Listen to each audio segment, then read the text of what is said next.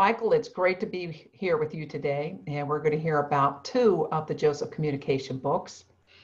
And the first one is called Transmission. And at 12 remarkable public trance demonstrations, the highly evolved spirit Joseph revealed his global mission. So I first have to say, I'm jealous I wasn't at any of these 12 transmissions. Neither was I, no. You weren't either. Oh, you got me on that one. So, Michael sent you out of your body. You're now center stage. Tell us about these phenomenal experiences, where they were, when they were, and all the trappings, if you would.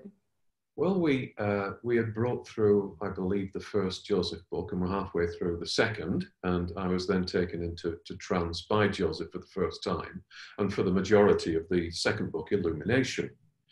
And we felt it necessary to convince people that we weren't sat somewhere away with a computer making this stuff up. And so for credibility, we felt it would be an excellent idea to hold a number of public trance demonstrations, which scared the life out of me. And so our dear friend Tony, who is a fellow member of the Band of Light, as you know, has this wonderful place called the Sanctuary of Healing in Lancashire in the UK. And there are a couple of meeting rooms in the sanctuary. And Tony, having come across the books by design rather than by accident, was so impressed that he said, look, we have facilities here. Let's go ahead and mount some public trance demonstrations. And so we invited as many people as we could get into the room, and they came. And I would wait in Tony's office and remember thinking to myself, what if he doesn't come? What if he doesn't turn up? It's not a given. It's down to Joseph turning up and delivering his communications. Mm-hmm. And so Jane would prepare the crowd and say, please don't use your mobile phone. Please turn them off. Please don't open sweets, open sweet wrappers. Please don't talk to each other. Mm-hmm. And they would say, yes, we won't do any of those things. And all of those things were done during various trance demonstrations. And of course, when you're in trance, you're in a very sensitive state, so noises can bring you back. Right. So I would wait in the office, and then Jane would come down the long corridor and call for me. And I would walk into the room. I would sit down. I would look at all the smiling and peaceful faces. I would take a breath as Michael, and the next breath it would be Joseph, and I would be out of the picture. Wow. And in the early trance demonstrations, it was an hour and a half to an hour and 3/4 of trance, until that became too much for me, because that's a very draining, energetic experience. Mm-hmm. And Joseph invited questions from members of the audience in each case. So there was no preparation. Joseph didn't know what was going to be asked of him.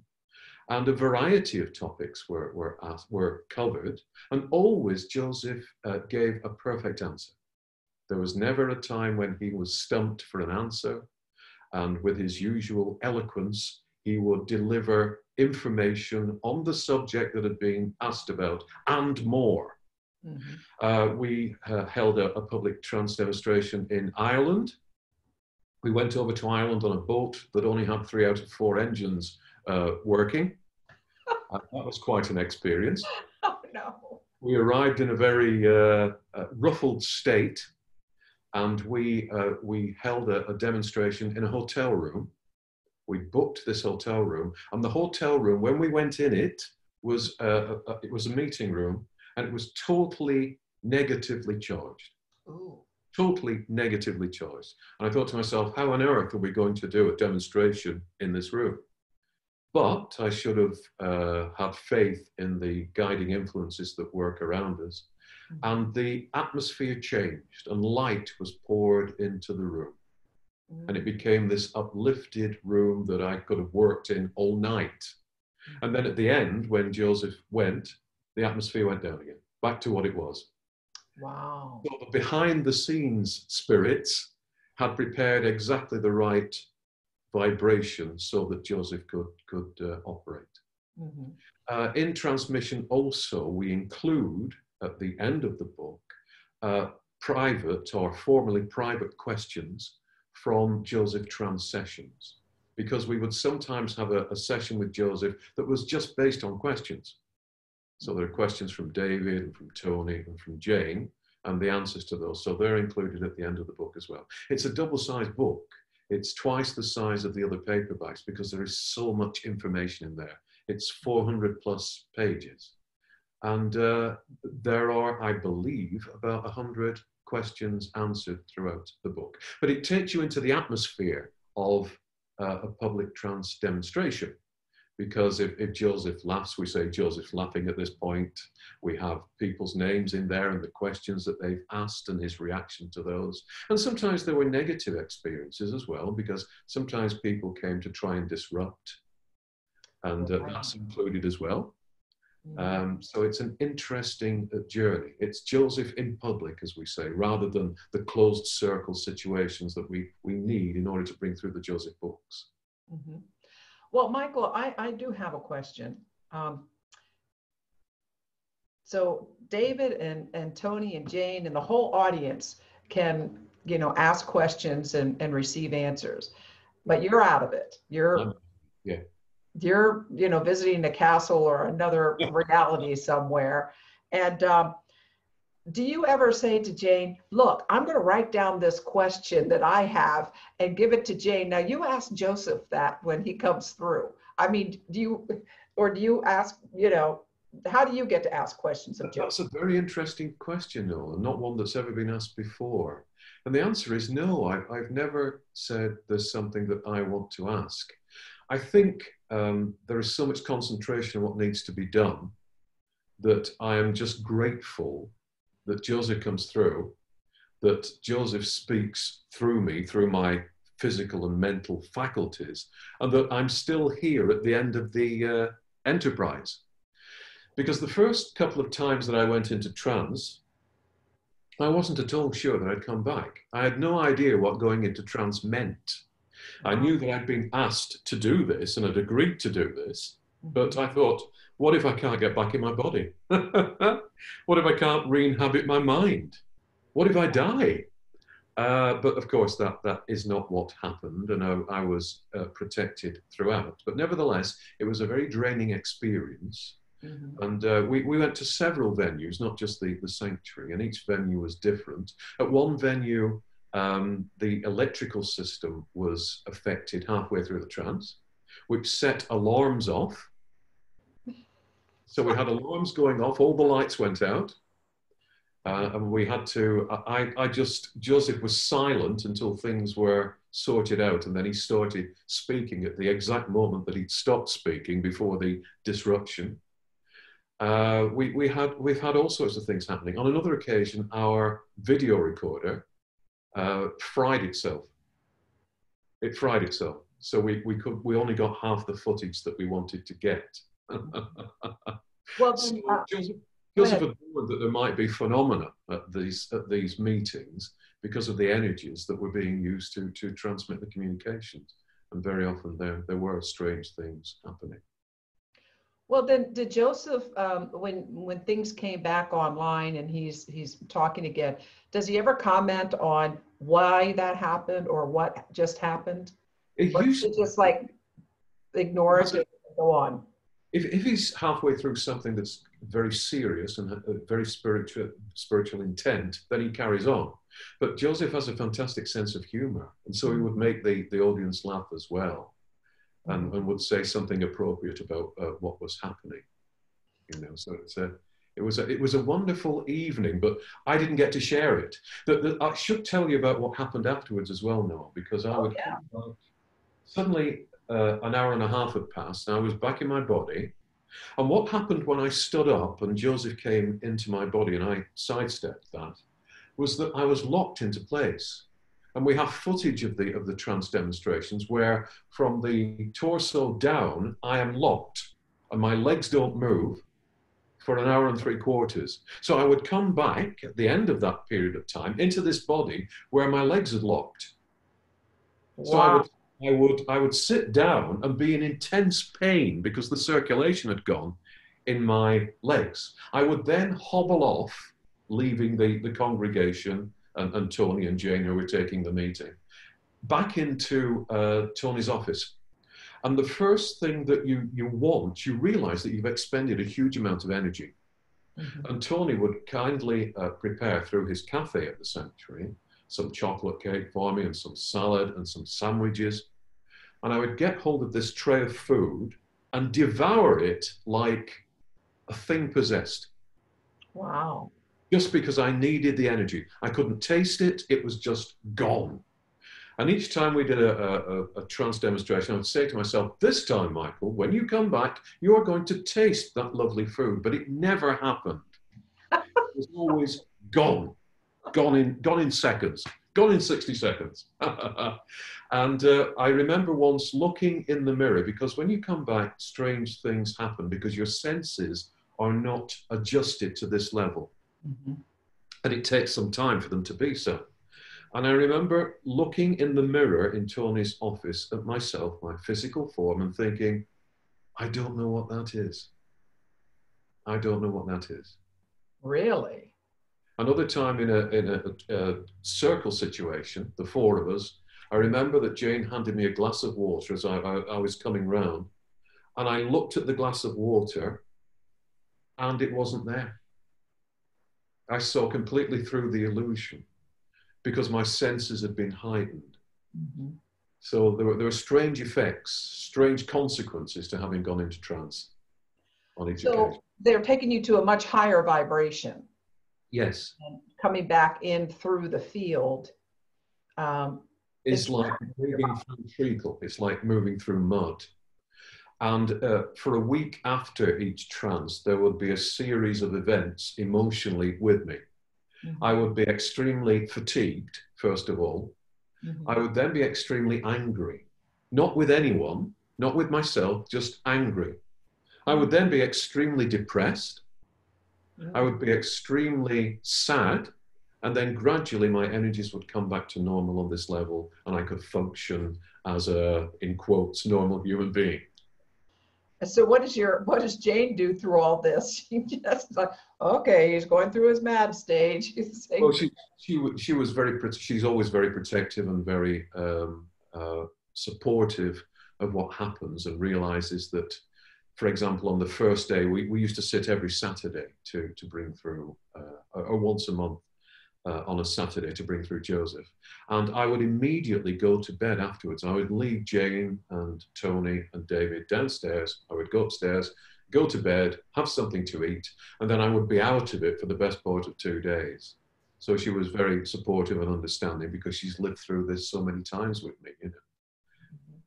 So an interesting experience.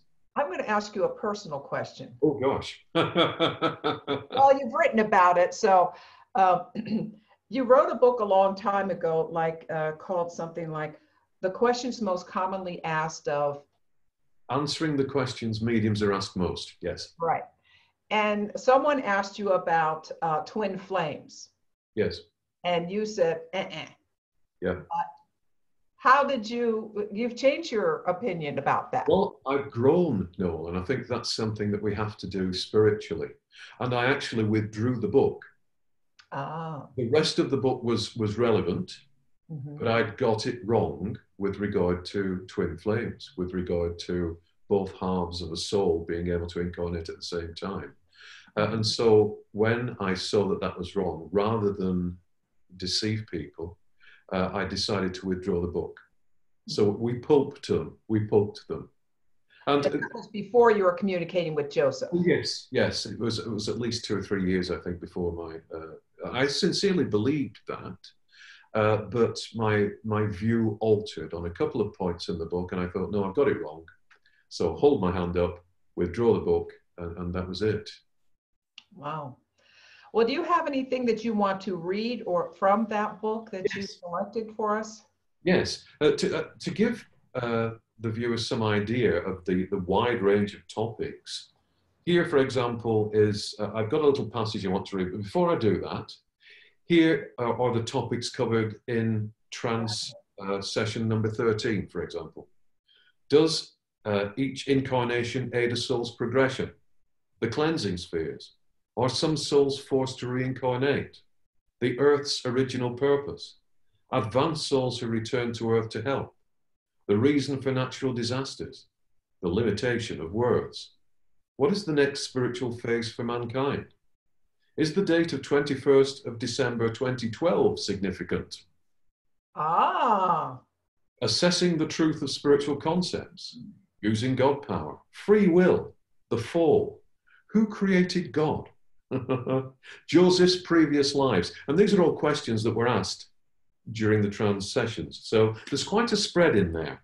But I'd like to read from the trans session of the 24th of March 2010. And this is just a snap of a response from Joseph.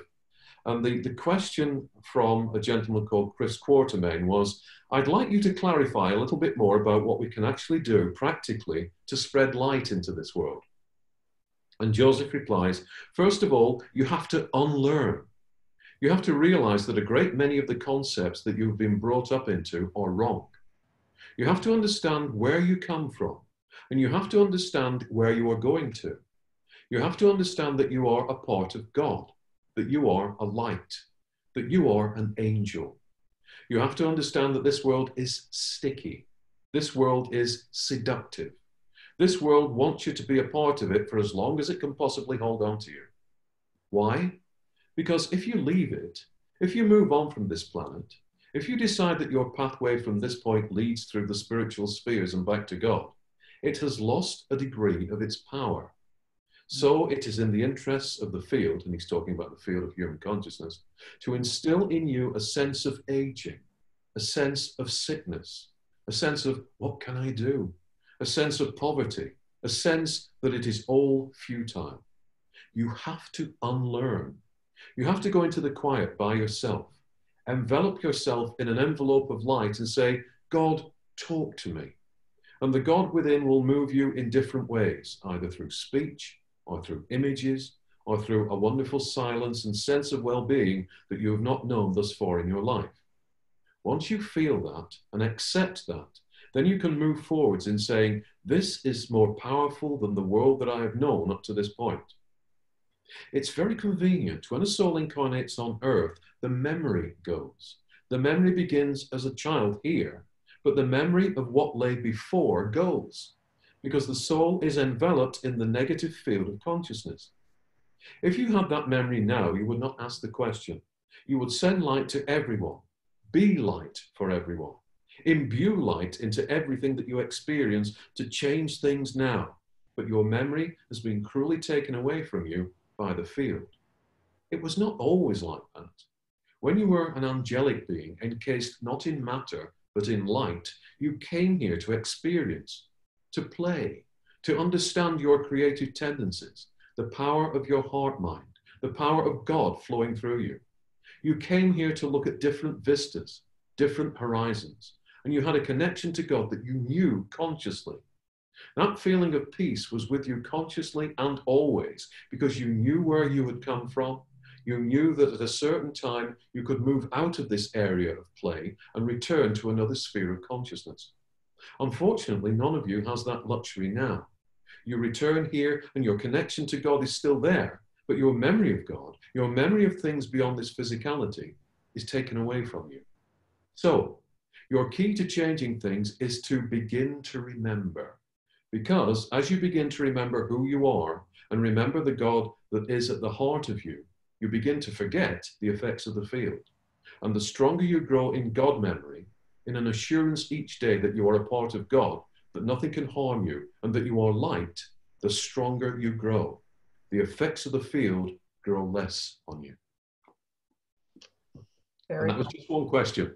That's just part of one question that Joseph answered. Oh, that was just part. Part, yeah. Wow.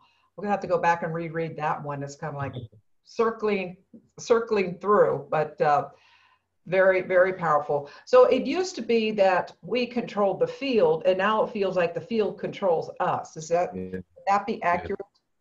Yes, we buy into it, don't we? We're not drawing as an energy source from our heart minds. We're drawing from the limited, encased field of energy that is the field of human consciousness, the collective thoughts of human consciousness that are creative and therefore maintain the world as we see it. And we don't understand that we can unmake the world as we see it and create a different world by believing in and seeing something different infused with light. And it is really as simple as that. But it's so complicated and difficult for us because we are used to accepting that the world outside of us is total reality.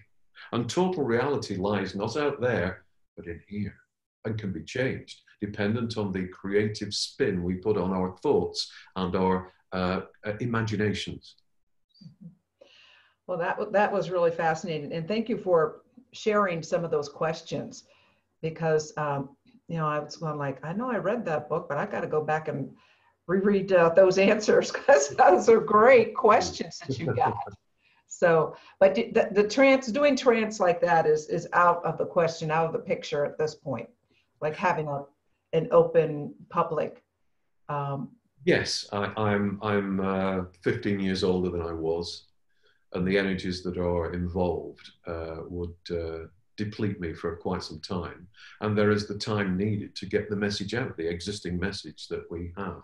And as you know, Noel, I've sat in trance recently on 2 occasions to put the footage. I sat in trance with the rest of the Band of Light to put the footage on our YouTube channel because I felt it was so important to do so at this pivotal time in our existence. But that is not going to be the norm because I have no intention of being on a higher vibration quite yet. Well, speaking of that YouTube channel, I don't think it's too soon to invite people to go to youtube.com/the Joseph Communications. Yes. And if you subscribe there, this is a very prolific group. They're putting out content, original content all the time. So if you go there and subscribe, you will automatically receive these new messages. And yes, it's been a while since you sat in trance, bringing through messages, if I understand correctly. That's right. So yes, we have a 3-part message going on. I think we might play that also later this week. Yeah. So, well, I think this is a good point to transition to the last book of the 8 that we're going to be speaking about. Many Voices, One Mission. And that one I'm in the middle of rereading now. So the last book we were talking about, Transmission, Joseph is answering all these questions coming in. And here is the opportunity for you to talk more about the totality of the soul group and the things that they say they want to make sure gets out to us. So Michael, would you talk about the Many Voices, One Mission, group soul wisdom from the Joseph perspective? Yes, I suppose you could call this an epic production because it was the best part of 15 years in the making. Wow. And I've got to go back to the time when Jane and I first got together on a physical level during this incarnation. And as soon as we got together, my ability to connect to the soul group was boosted. As you would expect, because 2 halves of the same soul come together and there's a greater capacity to work. And so for the first 2 years of our courtship, there's an old word. Still works. Wherever we were, we would have members of the soul group, people that I recognized because I'd worked with them for years, coming through to deliver lectures on a variety of subjects, talking about the afterlife, talking about the sacredness of the earth, talking about health and healing, talking about spirituality. And as you know, Noel, from reading the book, very often we would, because we were busy with transcribing and publishing the Joseph Communications that time, if we managed to get a few days off, and we don't go far on our holidays, we're quite home birds, but we do like to get away sometimes and have a nice meal and stay somewhere nice. Whenever we went away, the spirits would see it as an opportunity to allow us to work, bringing through lectures on behalf of humanity, on behalf of all mankind. And so we would, for example, find ourselves on a beach, walking along this lovely beach in the sunshine, and then somebody would start to talk to us. And rather than be arrested by the police for talking to myself, we would we would withdraw to a shelter, a little beach shelter, which prior to somebody talking to us would have been very quiet. Now, the minute that we sat in that shelter with our recorder on, dogs would come into the shelter, children would start playing around the shelter, people would start trying to talk to us or would talk to each other around the shelter, and we'd have to move on to somewhere else. So it was a matter of, sorry, whoever the communicator is, hold that thought, and then we'd find somewhere else quiet, and then another section of the lecture would come through. And these were glorious, glorious talks, addresses on a variety of subjects that displayed a huge love for humanity, a huge love for the animal kingdom and for the planet, a huge love of what we really are, and a need to explain in loving terms who we are, why we're here, and what we can do to make things better for ourselves. And so we had collected these addresses, lectures, over a period of 2 years from, I think, 14 different guides, 14 different communicators. And we hadn't had the opportunity to publish them because there was always a new Joseph book. In fact, Joseph himself is in many voices, one mission. And so are the Persian gentleman. These are all terms that we have given to these spirits. They're not their actual names. They are our names for them. And so the Persian gentleman would come through. Jane's protective guide, Silver Star, came through on many occasions. A wonderful ancient spirit I call the Aboriginal gentleman came through on 2 or 3 occasions. And his words are absolutely sublime. And his love for creation is sublime. Also included at the end of the book are my first 2 public trance demonstrations. And they're not by Joseph. On one occasion, the Persian gentleman took me over. And on the second occasion, the spirit we call the Big Indian took me over. Indian. And those were I think, the scariest instances of trance, because at that time, I had no idea what would happen. As I said earlier, I had no idea whether I would come back. But they are lovely addresses by these 2 spirits, and they're included in the book too.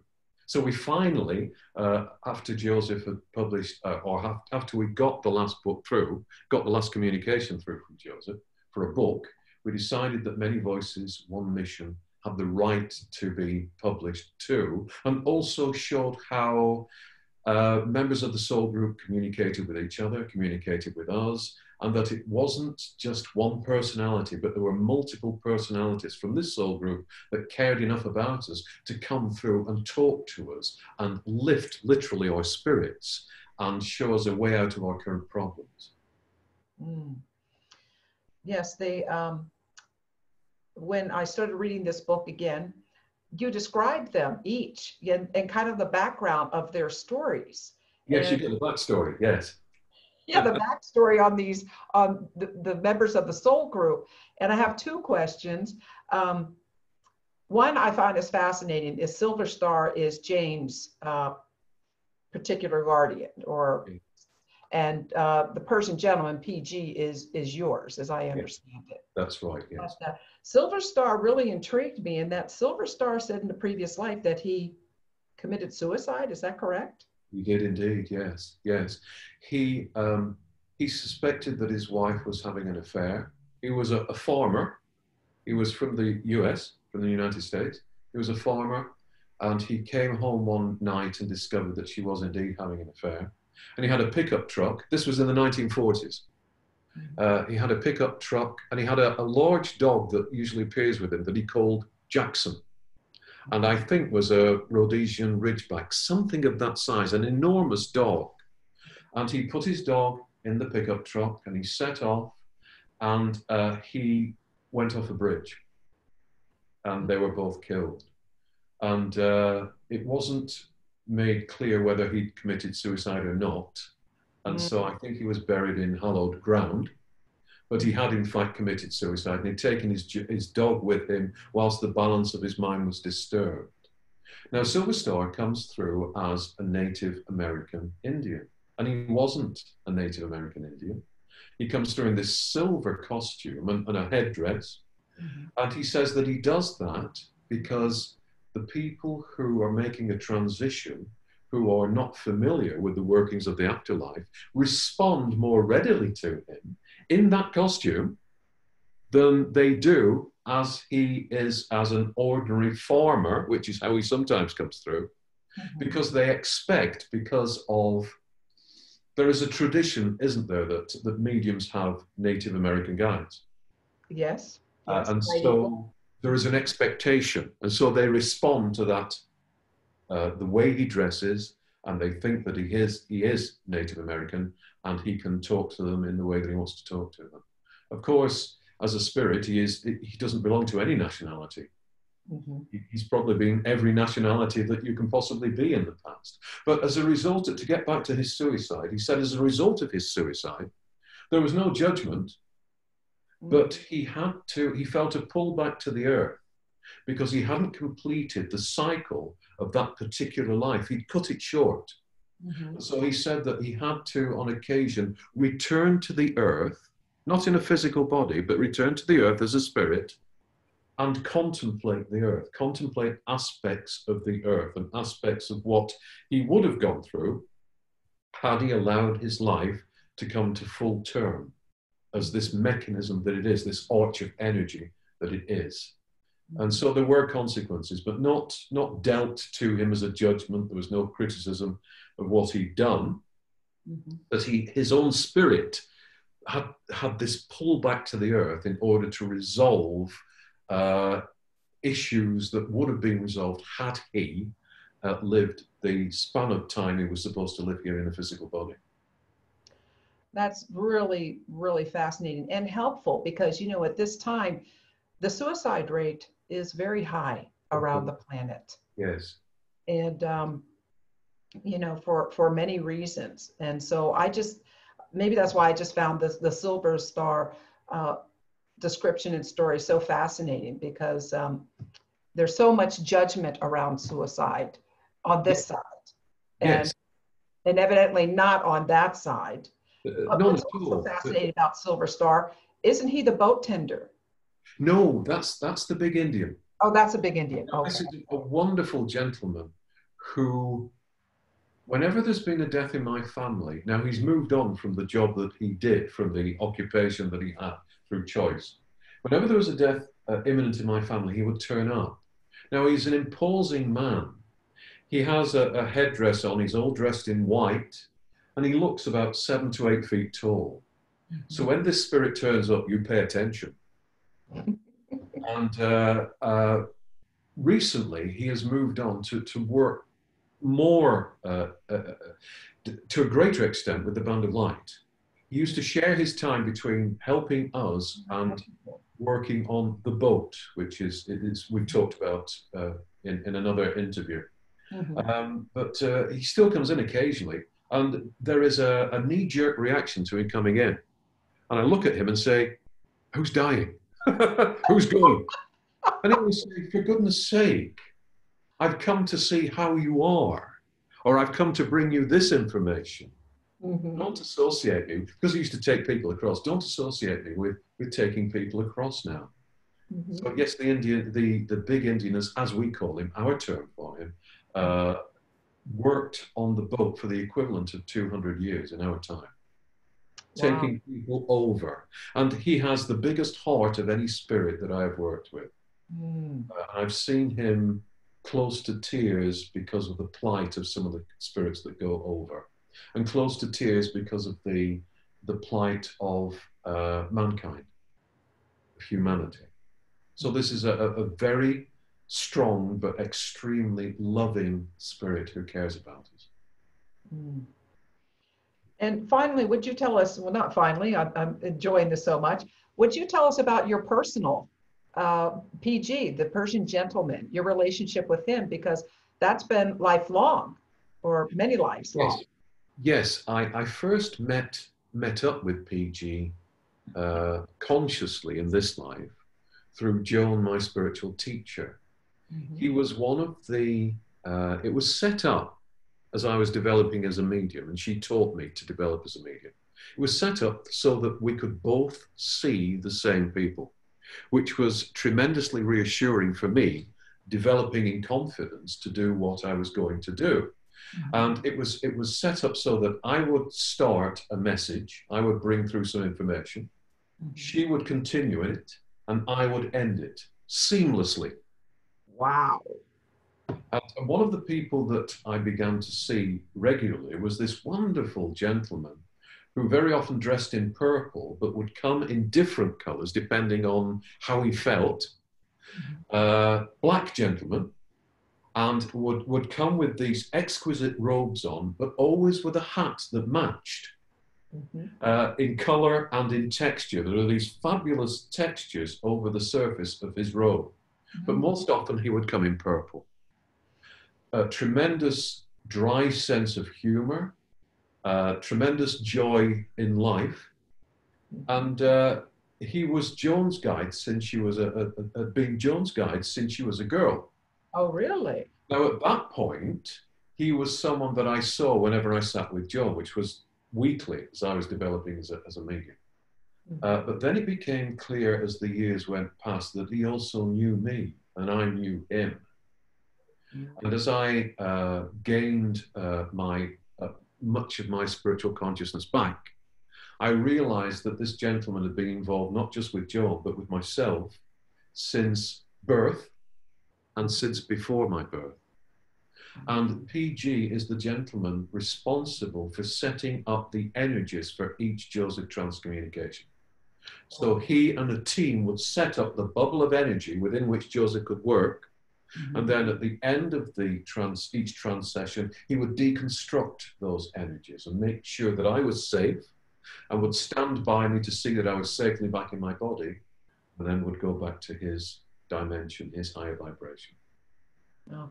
And PG came through recently, didn't he, with a message? Do you want to talk about that, Michael? Yes, there is a crucial message. I think most viewers would agree that this has been a very difficult year. And I have had a sense psychically for 18 months to 2 years that something was terribly wrong and something very awful was about to happen. I could feel the vibration pulled down. And as we sat for the Joseph communications, every so often we would be told, look, it's more difficult for us to get through now because the earth has consolidated itself negatively yet again. And by the earth, I mean humanity. Okay. I was going to say, not Gaia. Oh, no, not at all. Not the deer planet and not the animal planet. PG came through a few weeks ago and said, I would like to talk in trance through you because I have an urgent message for all humanity. I have to point out to people that they need to make the right decisions at this time. And so he delivered that emotional footage a few weeks ago, and we have it on our YouTube channel. Right. And we're going to put well, I would say go to the YouTube channel. YouTube, just go to YouTube / Joseph Communications. And if you would, subscribe and then also share that message because it is a very emotional message. And it was really a gift that he came back because when I met you 2 years ago, you had kind of sworn off doing any more trance because it's so difficult to come back physically. I felt it necessary. I felt for the sake of humanity and what's happening that I had to let PG take me over, and also recently Joseph take me over so that they could deliver urgent, crucial information for humanity at this time. And so I gave myself over again.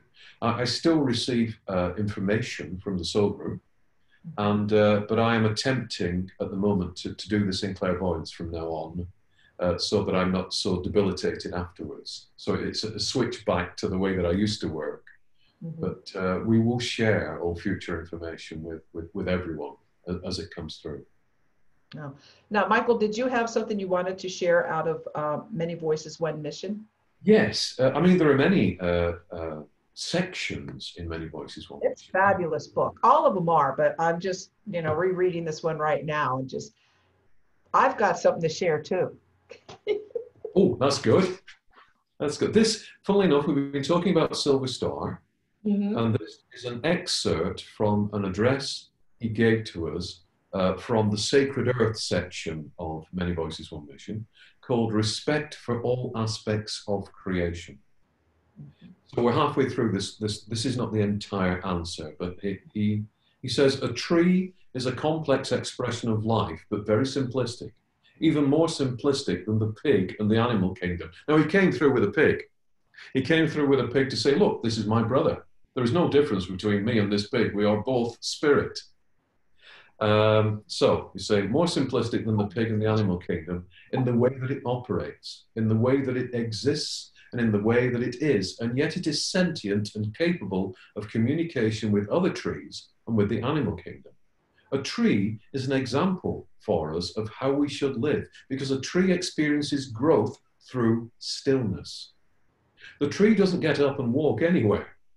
The tree is still. It is rooted to one spot, as people on earth should be rooted to one spot, to the God within. And as a result of that, growth comes in. Not only growth, but an acceptance of change, and flowing through it, the means of coping with that change. Look how much longer the tree survives on earth than you do. To bring back the illustration of the earth also talks to mankind. And the earth at the moment is saying, I am sick. I am out of harmony with my Creator because of your influence, because of the barrier that you have put up between me and my source. My only way to regain energy at the moment is through you and through your actions. But you turn your back on me. Every day, you turn your back on me. And so my life force is dying out rather more quickly than it was. But even in that, even in what you would consider a death throw, the earth is talking to you and is saying, if you turn your back on the source, then you die out. If you turn your back on the source, you die out. And that is what people on earth are doing at the moment. They are turning their backs on the source, on the God within. The whole of creation talks to you, the animal kingdom, the plant life, and the earth itself, presenting you with this message that God is constantly putting in front of your eyes to show you a different way and to make you think. As technology advances, you divorce yourselves from nature even more. You surround yourselves with the heavy constructs that you make, and you ignore the natural world. You plunder the earth and then you ignore the earth. You turn your backs on the system of plant life. You turn your backs on the oceans, and increasingly, you are becoming creatures who live isolated lives. There is a network of animal life. There is a network of plant life, and there should be a network of human souls. But those human souls are becoming far more isolated than they have ever been. So they reject the God within, they reject companionship without, and they expect the world to keep turning and to provide them with what they feel they need to be happy.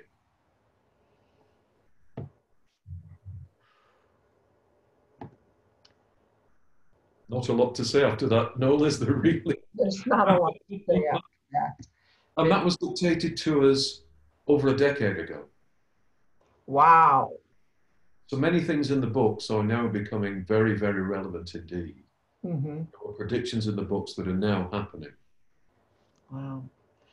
Well, it's heartbreaking, and that's why I just find the work that you and the Band of Light and the Soul Group are bringing forward to us. You know, whatever I can do, I've just kind of Bob and I have just kind of made it our mission too to try to help to get this word out, because you know, it's just heartbreaking what's going on, and you know, so we all need to return home. Yes. And home is where the heart is. Yes, absolutely. Yeah, absolutely. That's where our God light is. But well, I'll tell you, I do struggle, and I had marked something, and I had it all marked up, and now I can't find it. So I guess I'm not supposed to bring that forward. But so it was about, you know, just how to send light to those that we feel are wrong, or that we hate what they're doing. Yes, yes. The importance of doing that. Yeah. Right. Yeah. And that if we are angry with people, then we add to their strength in being angry themselves. We reinforce all those things about them that we feel are wrong. And so the ones that cause the most disruption in our world are the ones that most need the light. And people may say, well, what good is it sending light to them? They're not going to respond, but yes, they will, because the light strengthens the light that is within each of those people to the point where they have to listen to and acknowledge that light. And at that point, they change. You can never change anybody from without. You've always got to change people from within. And that means that their perception changes and they realize something about themselves and their approach to the world by themselves. And the light gives them enough illumination to consider a better way, a more spiritual way. It's the only way that we can address the problems that certain souls pose for us, is to love those problems away, is to lighten their load, is to change their mind by them changing their own mind because they have enough light within them to look at things and think, you know, I've got to do this a different way. Absolutely. Well, let's just close here, Michael, and invite everyone to your meditations that you do, sending the light. Yes, on Mondays and Wednesdays and Fridays, at times that are given on our Facebook pages, Michael G. Reccia and the Joseph Communications, we unite in spirit, wherever we are in the world, to send light out unconditionally into the world to make a difference. And so the more people that join in with those days, the more light we have at our disposal. We're bringing out divine heart light, we're streaming it into the world. It's unconditional, it doesn't judge, and it lightens things, and it changes things. And so we will continue to do that until things have changed. And it's urgent. It is very, very urgent. Yeah. Well, Michael, thank you so much. Thank you so much for spending these mornings recording with me so we can share this good words and good wisdom. And I just love the message and so grateful. I guess that's the word I want to end on, is just gratitude for this journey you've been on, how all of you are sharing it. And I pledge to do my best to join you and to get the word out. And gratitude from our side as well for what you're doing, Noah. Thank you. Thank you. Take care.